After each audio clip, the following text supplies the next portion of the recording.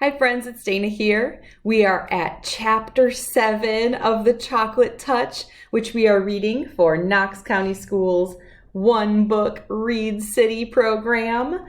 And in chapter 6, the chapter before this one, we learned that John was starting to get a little bit thirsty because he couldn't drink any water. And that was getting kind of scary for him. And in chapter 7, we are about to go to lunch. So we'll see how that goes for him. But in the meantime, I wanted to share with you that we got our second stamp. There it is right there.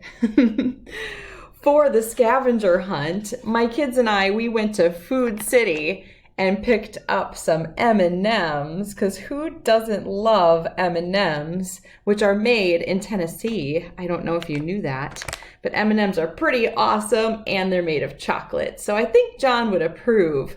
We also got some healthy things like eggs and milk and some strawberries, which are in season. And Food City had all of that for us as well as the stamp. So thank you so much to Food City. Let us read chapter 7, find out what lunch is all about, and we'll keep on going. All right, boys and girls, Miss Plimsoll said. It is almost time for lunch. Clear up your things. Paint pots securely closed, brushes washed, paintings unpinned and laid out to dry, drawing boards stacked against the wall. Ah, there's the bell. Front row first, Timothy leading, then Robin, in single file, go. John, alone, walked slowly in the throng, hurrying along the corridors to the school cafeteria. The school was proud of the cafeteria and the food it served in it.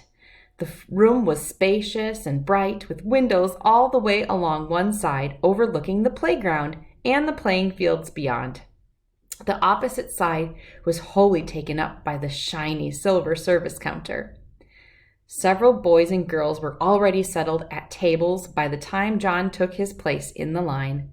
Enviously, John noticed a boy at a nearby table suck at straws dipped in a milk bottle that was full with frost. John could imagine the refreshing taste of cold, creamy milk. At another table, a group of girls were eating fat red cherries. John could almost feel the firm fruit on his tongue and the pleasure of biting through the tart, juicy pulp. The cherries must taste good. They must be thirst-quenching. John unhappily took a tray from the pile and slid it along the rails in front of the top of the counter. He put a paper napkin, a glass, and a gleaming spoon, a knife, and a fork on the tray. It seemed hardly worth the while, but he felt that he might as well try the food and drink. Perhaps if I eat it a different way, without letting anything touch my lips, he muttered, my lunch won't all change to chocolate. He was not very hopeful. What? Asked the boy standing next to him. Nothing, John said. I thought I heard you say something about chocolate, the boy said. I hope this is the day for chocolate cream pie, he added. That'd be super. On chocolate cream pie days of the past, John had been known to skip the main course so that he might spend all his lunch money on dessert. The thought of 4 pieces of chocolate cream pie now suddenly made his stomach feel as though he were on a roller coaster, an uneasily flibberty-gibberty sensation. John shuddered. Okay, he commented, wrinkling up his nose. The other boy shrugged his shoulders and started to choose his meal. John took a plate of cold chicken and ham, potato chips, and a crisp, moist lettuce and tomato salad. The white of the chicken, the pink of the ham, the gold of the potatoes, the pale green of the lettuce, and the red of the tomato looked delicious. He also took a half pint of milk, a thick-crusted whole wheat roll with a cool pat of butter, a tumbler of water with ice cubes clinking against the glass, and a dish of fresh fruit, slices of orange and grapefruit and banana and grapes. John's tray was loaded with just the sort of meal his mother was always trying to persuade him to eat. Until today, John had always thought it was pretty dull to eat sensible things when there were sweeter food and drink to be had. Today, however, the sensible things looked almost appetizing, and his mouth began to water in its new sticky way. John paid for the lunch with the money his mother had given him, went to an empty table, and sat down. His fingers trembling slightly with eagerness, he cut a slice of lettuce. His fork went through the leaves with a promising crunch. He stuck the prongs of the fork into a mouth-sized piece of lettuce and carefully inserted it into his mouth. The lettuce didn't touch his wide-stretched lips. John's teeth came together in crisp layers of sweet chocolate.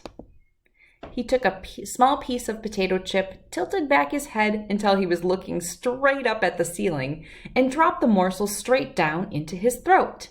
He felt it go down, a sharp fragment of sweet chocolate. He tried the milk, the ice water, the fruit. Every solid and liquid that he sampled was transformed as soon as it entered his mouth. Then he became aware of a shocking novelty that he hadn't noticed before. At the rim of each glass, there was a small semicircle of opaque brown. The brown of his spoon and the prongs of his fork had become brown. As John watched horrified, the areas of magic chocolate slowly spread until, at last, the glasses and cutlery were all solid chocolate. The trouble was unquestionably growing worse. John's scalp tightened with fear. "What am I going to do?" he asked himself miserably. Oh dear, what is going to happen to me?" Leaving his tray of chocolate, food and drink, and utensils, John stumbled away from the cafeteria and out to the playground. Well, friends, what is John gonna do? Let's find out in the next chapter. That's chapter 8. Join me tomorrow and we will read it together. Thanks so much, friends. Bye.